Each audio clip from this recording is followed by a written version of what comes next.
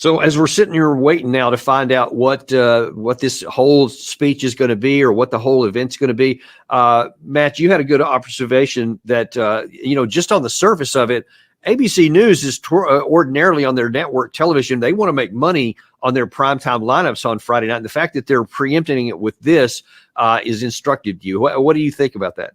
Right. It doesn't seem like they would preempt their Friday night programming. And I don't know how profitable it is. I don't even know what they show on Friday nights on ABC. But, they wouldn't do that if it was just a campaign speech.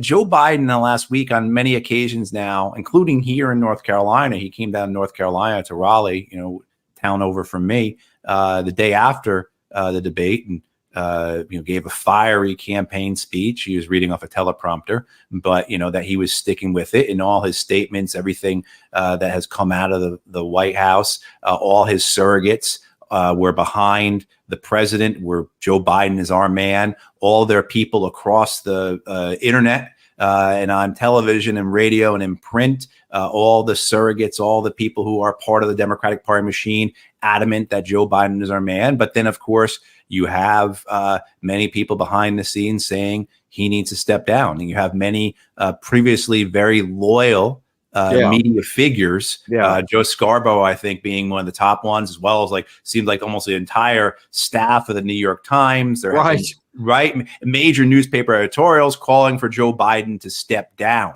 Step aside, not run.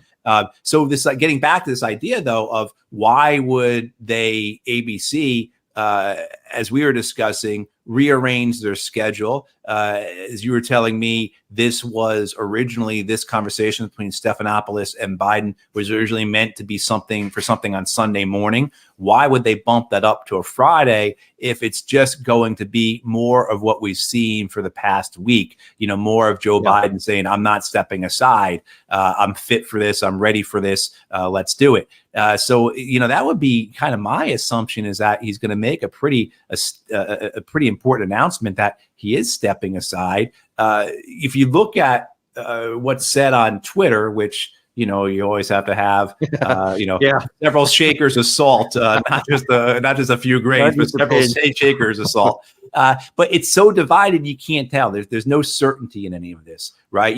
There's people who you would expect, or who you would say this person's been pretty reliable, or this person seems to be in the know, who've been saying he's sticking with it. And then you have other folks, same thing, right? I've got tried. I might not like this person, but I trust what they're saying, that he's dropping out. The biggest thing to me has been that it seems as if reports that donors are dropping out, that seems to be pretty reliable. That donors are really abandoning. Donors are saying, why am I going to give something that is bound to lose? Why am I going to invest in something that can't win?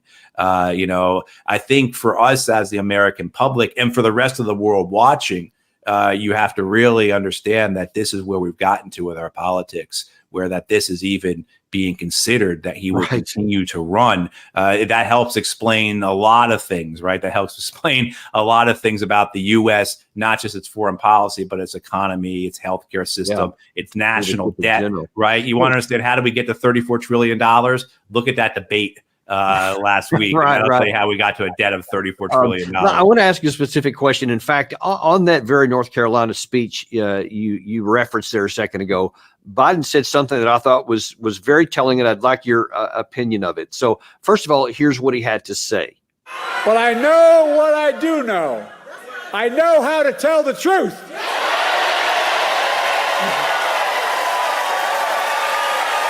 I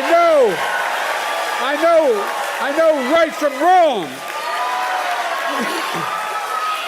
And I know how to do this job. I know how to get things done. And I know, like millions of Americans know, when you get knocked down, you get back up. So, like you said a second ago, he was really fiery when he gave that, in stark contrast to what we saw during the debate. But the question is, should those things really matter? Should it matter whether he can keep going in the campaign? And should it matter a lot more whether he can start 4 more years on January the 20th, 2025, and go until January 2029? The question basically, can he do the job?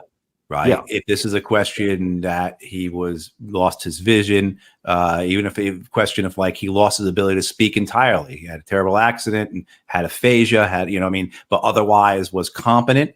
That would be, I think, a lot of what the conversation is focusing on. But this is what we're talking about, Danny, is what you just said right there. Can he do the job? Does he understand what's occurring? Is he corpus mentis? Is he mentally capable? Is he mentally competent? Can he understand what's being said to him? Can he understand what he is reading? Is he functional? Can he be awakened at 3 a.m. to be told that Kyiv has fallen? Right? That type of thing. Can he be awoken at 2 a.m. Or 4 a.m. or whatever time, or 3 p.m. in the afternoon, to be presented with, the fact that the Chinese just rammed an American destroyer in the Straits of Taiwan? There's all these foreign policy things. I didn't even address the fact that he's got 5 to 6 minutes to make a decision to respond to a nuclear weapons alert. Right, that we have an alert that there is incoming missiles. So there's that. But then there's all the other questions of this country, all the other aspects of what is occurring, of the fact that we have so many people throughout this country who are struggling. And then you just also have the other factor as well, is that all that said about he's at the top of the hierarchy, that there's plenty of people below him who can run the job, who can do the job day to day.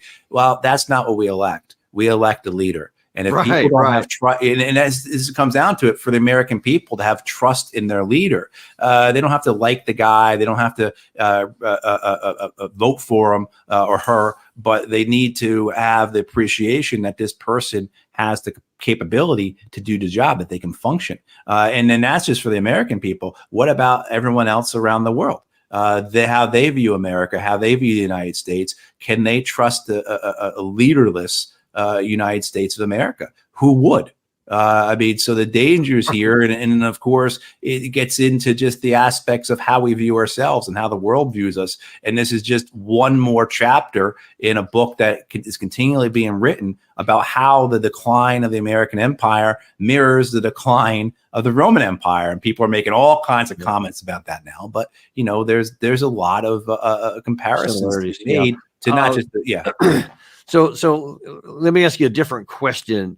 So as the time we're making this and we're presenting it here on Friday night, we don't know what's going to happen in this ABC News piece yet. We don't know where it's going to go. But one of the things that the question could be is, should he continue on in his campaign? But given what you said, really a bigger question is, should he continue on in his presidency? Meaning, can he still effectively go on even until January of next year? And there's going to be a follow-up question to that, depending on what your answer is. Well, the idea that the 25th Amendment should be invoked, that he should be removed from office because he is incapable of holding the office, of performing the functions of the office, I think is a very, very real one. It's one that's not being spoken about enough. The Democratic Party is doing everything it can to silence any of that. And I'm not seeing it in media. Maybe it is in some of the mainstream media, but I'm not seeing it on the conservative side. Yeah. On the conservative side and in independent media and left-wing media, you see it. But in terms of, I don't think it's being spoken about on CNN.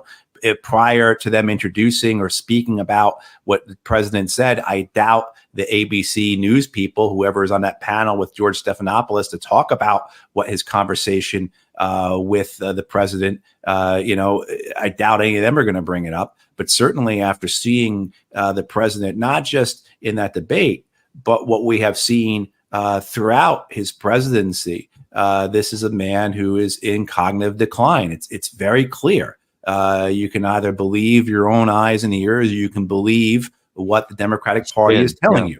But if that's the case, then this question of the 25th Amendment has to become a priority. The world you and I just recorded a show discussing for an hour the war in Ukraine, and it always comes back to that very real issue the terrifying reality that we are on an escalatory trajectory heading towards nuclear war.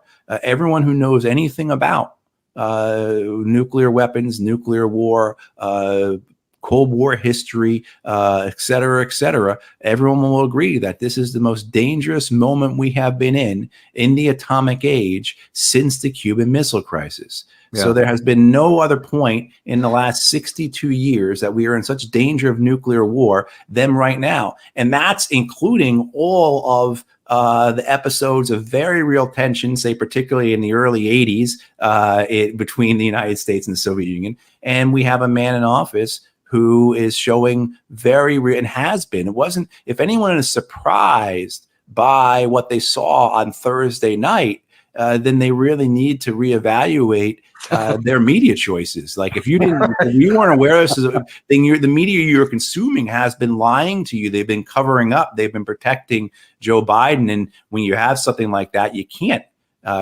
cover it up. You can't protect. Okay, so let me ask you this: whether he willingly resigns or is 25th Amendmented and required to resign, that's going to mean President Kamala Harris right away. Now, in that whole dynamic you just described there, in the environment of risk that we face, what are the pros and cons of having her in that seat between now and January 20th at the very latest?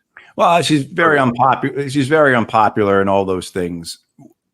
However, what that shows is that the American system of government works, right? If the 25th Amendment is invoked and Joe Biden is removed from office, and Kamala Harris takes the presidency, that shows that the American system of government works, and that should inspire confidence. That should inspire trust.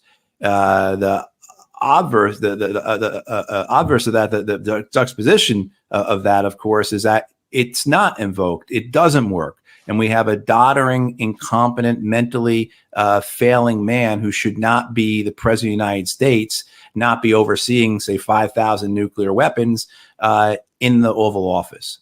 When you have a person, a woman who has her faculties, who is in that position for that very reason. This is why we have a vice president, to assume the duties of the president when the president cannot fulfill those duties. We have an entire amendment, the 25th Amendment, that speaks to this, that was written for this purpose. And so if we do not follow that, when it's so clear, the damage that will be done to the American system, the American political system, the American government, the trust that is already incredibly low among American people towards their federal government is going to deteriorate even further. And so for this, not just the sake of the immediate health, well-being, safety of the American Republic, that Joe Biden should be removed from office, but for the long-term well-being of the United States. And if you are going to make this argument that Donald Trump doesn't care about law, he doesn't care about the institutions, he doesn't care about the process we have, he doesn't care about our Constitution, what better way to then juxtapose your party to the Republicans than to follow the Constitution and remove Joe Biden from office? And that's not going to happen. The Democratic Party is not going to do that. I mean, we're fantasizing here. Yeah. So, I mean, but that's what should happen. Yeah. That's what should happen. What we're seeing then, of course, is that best case, Joe Biden drops out.